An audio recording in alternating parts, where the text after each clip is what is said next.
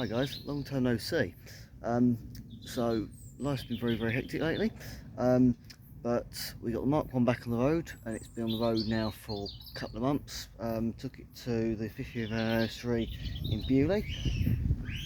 Got this lovely sticker to say the fact that she made it there, which was fucking marvellous to say the least. Considering all the hard work it took me to be able to even get her back in driving state after all the work I did on her. And yeah, really happy. Still lots and lots of work to do bodywork wise to make it look a hell of a lot better. At the moment it does literally look like a very authentic Renault 5 that's been left in on the side road in Paris somewhere, just sort of in a bit of a ratty state. But nonetheless, she's back on the road, and considering the fact that what she was at one point, that's a flipping milestone. Now, I might mention a few times when I was doing a 10, and probably when I was doing that, to be fair, that there isn't much space in my garage. Now, looking to expand the garage a little bit and make it a bit more usable, a bit easier to get round. To do that though, I've got to sort of make the base a bit bigger so that I can essentially utilise a bit more space. So I've just today done what I've always wanted to do with my Mk1 5, which to some people is a bit bonkers, but to me it's sort of, they did it back in the day, didn't they? So if I just sort of show you that bit, you might have already worked out what that is and what that's supposed to do. So if I take you round, yes, I have the trailer I bought and built for the 10, because the 10 is the most impractical thing in human history, nothing fits in it.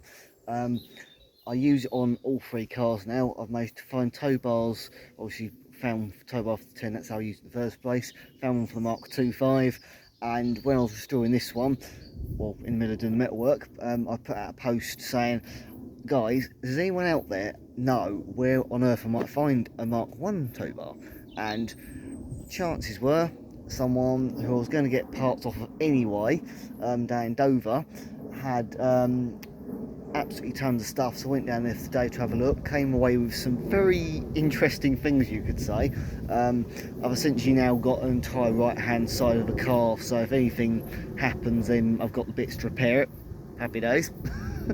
But I found this beauty. Well, beauty to me, don't know what other people think, but I don't really care, but it's enabled me to tow a trailer on my little 5, which is, seems really silly and a bit trivial to some people, but I really wish that I could go backwards and live the day-to-day life of the time when these cars were on the road every day and a common sight. So for me to say that yes, I've got a Mk1 5 and yes, I've got a tray, yes, I actually tow with it, to me that's a really funky thing to be able to say, because I mean, finding another Mk1 5, there's not many of them left. They seem quite common at times, but actually try and find the classifieds have become very difficult. That one took me a long time to find because I was stubborn. I wanted an early one, which I got.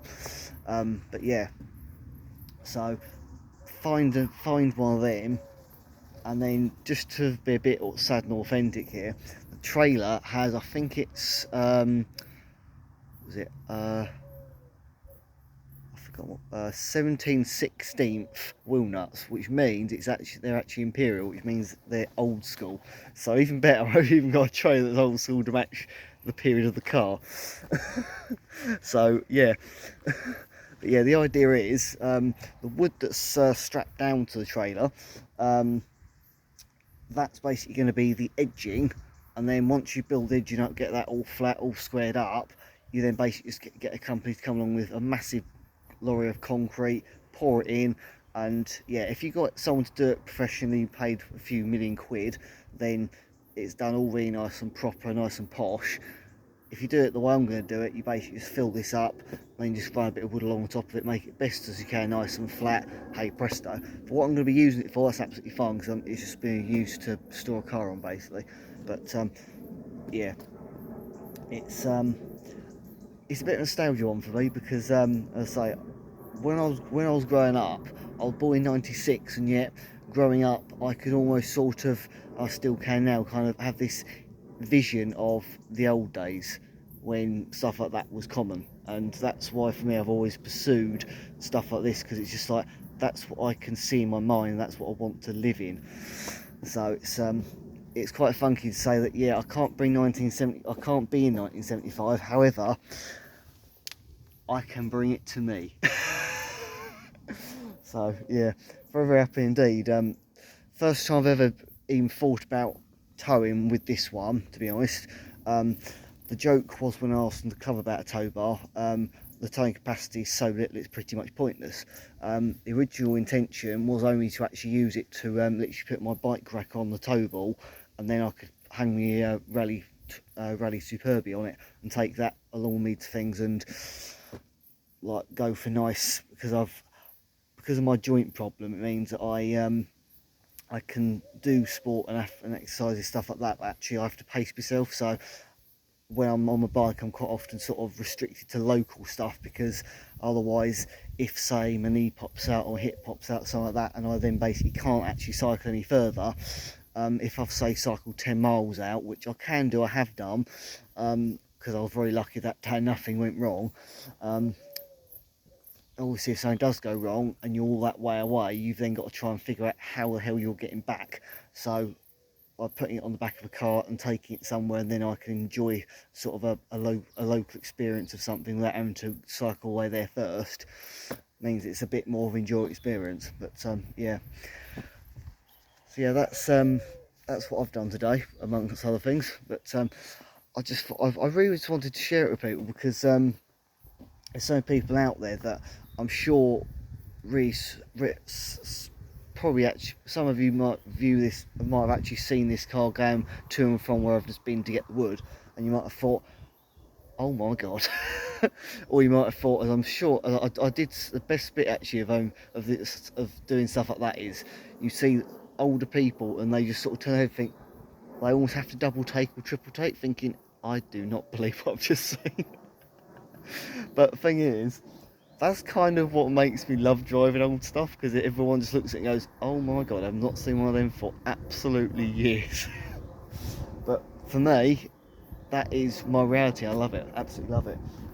It's a feeling. If you jump in the car, you've got a pull choke at if you've not driven it for a couple of weeks or something, you start in thinking, yep, okay, this is being classic. I've got to crank it over a little bit before it will fire up, because it's got mechanical pumps, so if non-return valves are too iffy, then you soon find out. You jump in it, you hear engine running just as it should do. You can, especially in that, you get to cause you all the body roll, you feel the brakes that I've rebuilt. Just a lovely experience, absolutely love it. But it's just something else, you know. But yeah, I'll leave this one here. But yeah, I just thought I'd share with you my little bit of happiness for the day. Bit of look at me. I've just actually just towed a trailer of the Mk1 5, because I'm a bit of a nutter. But yeah, so thanks for watching, and don't forget, that's the channel name just there, Sean Henry Engineering. I'm on Instagram, Facebook, obviously on here on YouTube. So yeah, come follow what I do. It's